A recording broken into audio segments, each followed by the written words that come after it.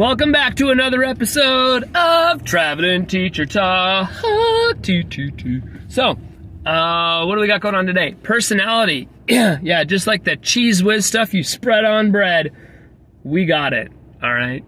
At least according to a few theorists. And when we talk about personality, we always got to start with Freud, okay? So when we talk about Freud, he was one of those foundational people. We might still think he's crazy, but we have a lot of good information because he said some crazy things and also found some other stuff out. So when we talk about Freud and Freudians, that is a psychoanalytical perspective or theory, okay?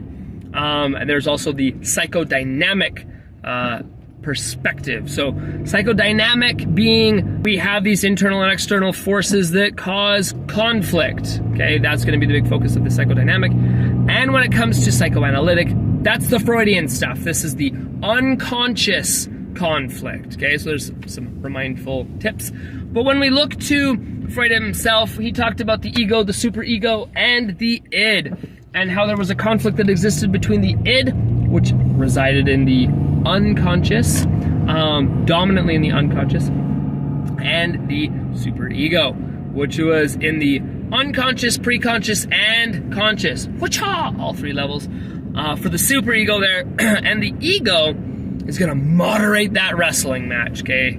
It's going to try and regulate and manage what might be ideal, and then what you just might be urged about, what you're crazy about. So keep in mind that when we look to explaining the id, ego, and superego, we have the iceberg theory. Go look it up. Lots of iceberg on Freud and his id, ego, superego stuff. Just keep that picture in your mind and understand that you will have these unconscious urges or drives, and they're from your id, and that id is going to want to, maybe slap somebody in the face after they say something stupid, okay? And then what you got to do is you have to regulate that, because your ideal is, that's not morally acceptable, in most cultures anyways. And so then you're going to, do I slap them? Do I not slap them? And your ego is going to regulate, okay, what are we actually going to do with that? Maybe sometimes you slap them. You give into that unconscious urge, that gotta fight them type thing. Or maybe you give into the superego. So I always like using Emperor's New Groove and Kronk with the little shoulder devil and angel going on. It's a nice little analogy, so you can watch Emperor's New Groove and figure that one out. But when you are thinking about personality, Freud would suggest that you have to go through certain psychosexual stages. We have our oral stage, okay, around 0 to 1. And then we have our anal stage, which is from 1 to roughly 3. And then we have our phallic stage, which is from 3 to roughly 6. And then our latent stage, which is from 6 until puberty. And then our genital stage, which is puberty on. And you have different areas of fixation or potential fixation at each one of these stages, because at each one of these stages, you are going to have a libidinal erogenous zone, okay? Libidinal erogenous zone. So for stage 1, it is your mouth or oral stage. For stage 2, it's your anus or your excretion, okay? For stage 3, it's your genitals, right? And then this oedipal or Oedipal and Electra complexes, attracted to the opposite sex parent. That's what he's talking about there. And then we have from there our phallic, which is no erogenous zones, and then our genital stage, which, yeah, you guessed it, genitals again, but now we're not just to opposite parent, same sex or opposite sex parent. Now we are projecting onto others, right? So yay!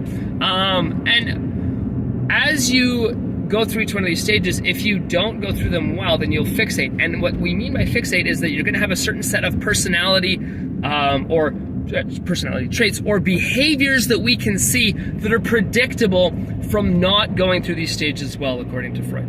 Okay, so that's what we're talking about, and really that was the start of personality theory.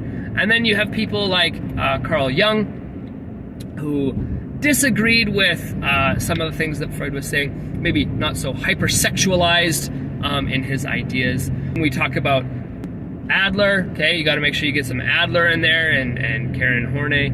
as well. Adler being the whole idea of this inferiority complex, okay? And if you are born inferior, you now have that inferiority complex for the rest of your life, okay? Unless you progress through and become superior at some things, which can ultimately lead to, yeah, you guessed it, a superiority complex, okay? Which is where you think that you are better than others, and then you put others down as a result of that. That's also might not be healthy. But you can see that we have that spectrum from Adler as well.